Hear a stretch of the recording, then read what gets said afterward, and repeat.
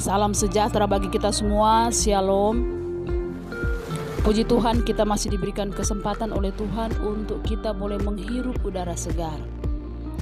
Ilmuwan ateis pun berubah. Ini adalah judul kita pada saat ini. Dr. N. Jerome Stowell mengakui pengalaman ini telah membawa saya berpaling kepada Tuhan. Saya telah menjadi seorang Kristen hanya dalam waktu singkat, walaupun saya tahu sedikit saja tentang jalan kekristenan. Namun yang saya ketahui ialah perkara yang berhubungan dengan Tuhan itu adalah sesuatu yang positif. Saya akan berusaha untuk memelihara hidup saya di atas indikator 0. Dunia sedikit sekali menyadari tentang pengaruh doa yang penuh kepercayaan. Ini adalah sesuatu yang bergerak dari sumber-sumber yang pasti. Lebih lanjut, Dr. Stowell menjelaskan tentang percobaan yang telah mengubah dia dari seseorang ateis menjadi seorang yang mempercayai Tuhan dengan sepenuhnya. Saya bisa dikenal seorang ateis yang sungguh-sungguh. Saya tidak mempercayai Tuhan lebih dari sekedar satu kumpulan pikiran semua orang digabung menjadi satu, serta kebaikan mereka masing-masing. Dan saya tidak percaya bahwa Tuhan itu ada. Tuhan itu berkuasa dan mencintai kita semua, dan mempunyai kuasa yang melebihi segala sesuatu. Tetapi satu kali saya membuat percobaan yang benar-benar telah membuat saya berpikir. Saya berada dalam laboratorium patologi yang besar dan kami mencoba untuk menemukan panjangnya gelombang otak. Kami mendapat bukan hanya panjangnya gelombang otak, melainkan satu kenyataan bahwa panjangnya gelombang setiap otak manusia jauh berbeda daripada sidik jari setiap manusia. Ini adalah satu perkara yang harus diingat. Sesungguhnya Tuhan dapat melihat catatan pikiran pribadi kita di sorga. Kami ingin membuat percobaan untuk menemukan apa yang terjadi di otak pada saat seseorang dalam masa transisi dari kehidupan kepada kematian.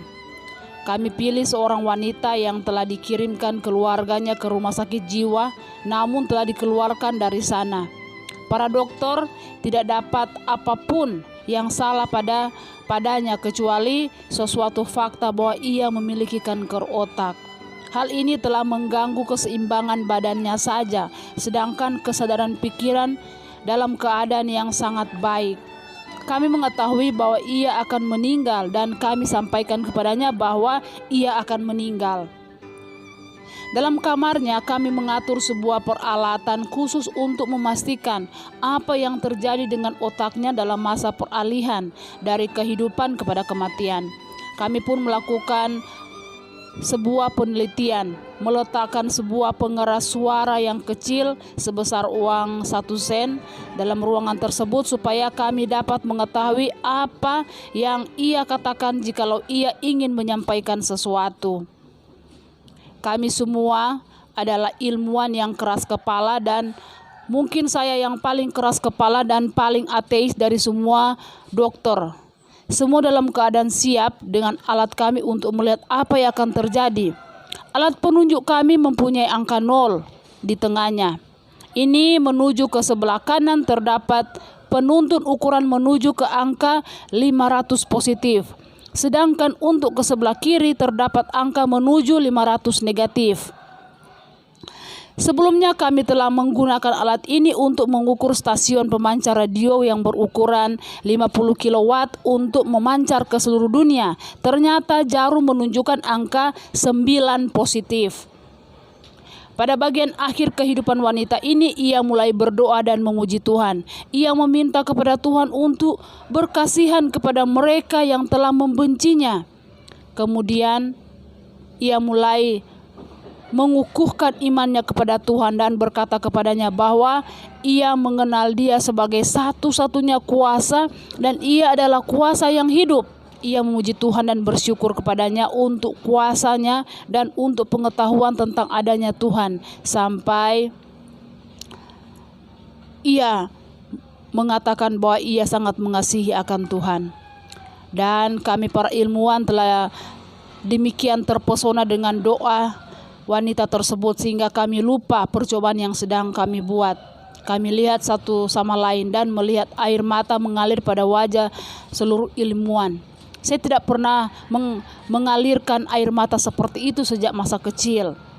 Tiba-tiba saya mendengar satu bunyi klik dari alat percobaan yang kami telah lupakan tersebut. Kami lihat pada jarum yang menunjukkan angka 500 dan kelihatan jarum ingin untuk naik lebih tinggi lagi. Namun angka 500 positif adalah angka yang tertinggi. Dengan percobaan yang nyata ini kami telah mencatat bahwa otak seseorang wanita yang sendirian dalam keadaan mau mati dalam komunikasi dengan Tuhan tercatat mempunyai kekuatan 55 kali lebih besar dari alat pemancar radio yang berkekuatan 50 kW yang memancarkan siaran ke seluruh dunia. Setelah itu kami ambil keputusan untuk mencoba kasus yang bertentangan dengan yang pertama. Kami pilih seorang laki-laki yang terbaring sakit dengan penyakit yang mematikan. Otaknya telah menciut sampai kepada titik kematian. Sebenarnya dia sudah benar-benar mengalami gangguan jiwa.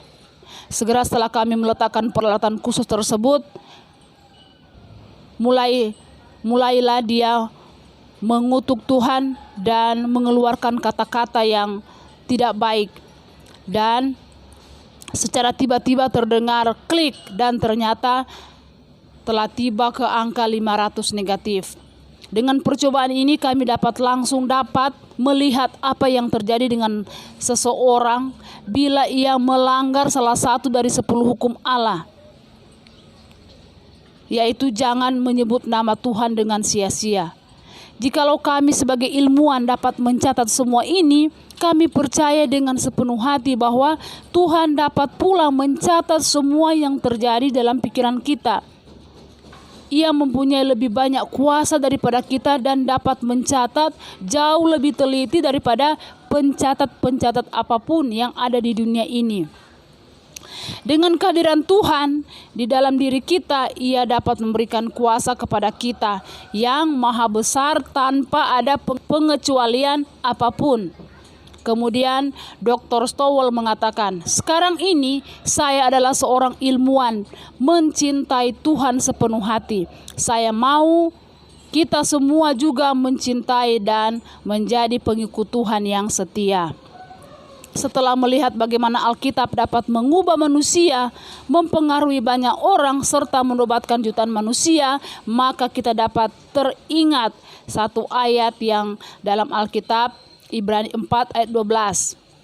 Sebab firman Allah hidup dan kuat dan lebih tajam daripada pedang bermata dua manapun. Ia menusuk amat dalam sampai memisahkan jiwa dan roh, sendi-sendi dan sumsum. Ia sanggup membedakan pertimbangan dan pikiran hati kita. Dengan kuasa firman Allah itulah yang dapat mengubah manusia. Anda pun salah satunya. Tuhan Yesus memberkati.